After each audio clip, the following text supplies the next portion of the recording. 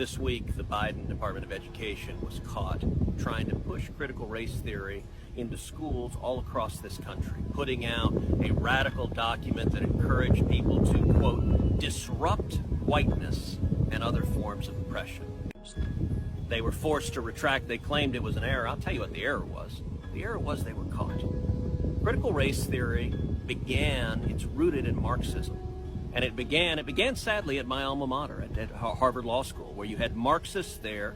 Karl Marx viewed the world as a battle between the socioeconomic classes, a battle between the owners of capital and the working men and women. Well, what critical race theory did is it takes that Marxist view of the world, and instead of dividing us based on class, it divides us based on race. It views every issue as a battle between the races. And here's what the radicals of critical race theory are teaching our kids.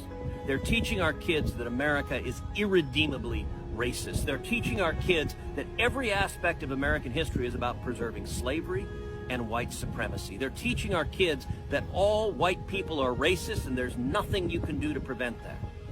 I gotta tell you, every word of that is a lie.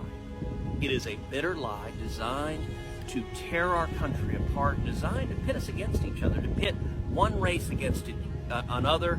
That goes directly contrary to the foundations of this nation. So psychologists talk about this thing they call it the racial paradox.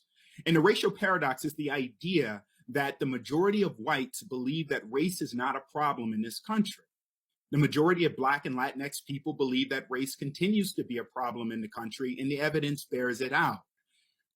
Race and questions and conversations of race raise anxieties of those people who are racially privileged, right? It raised the anxieties of white people.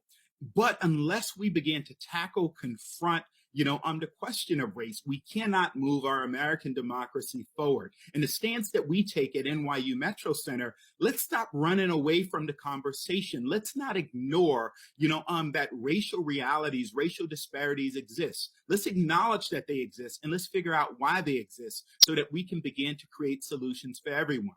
The second thing that I'll say about that anxiety, the movement around thinking about solutions, structural solutions to educational questions that involve race is not about making one group feel less.